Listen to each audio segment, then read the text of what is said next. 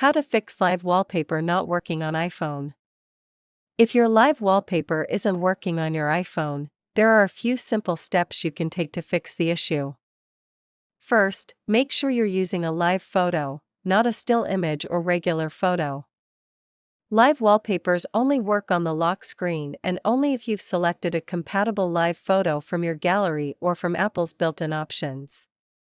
To set it properly, go to Settings, Wallpaper, Add New Wallpaper, then select Live Photo, and choose your desired image. Next, ensure that low power mode is turned off, as this feature disables live wallpaper animations to conserve battery. You can check this by going to Settings, Battery, and toggling off low power mode. Also, make sure your iPhone supports live wallpapers. Older models and certain iOS versions may not support this feature. If you're using a newer device and it still doesn't work, try restarting your iPhone to clear out any temporary glitches. Live wallpapers also require haptic touch or 3D touch to work. Simply long press the lock screen to see the live effect.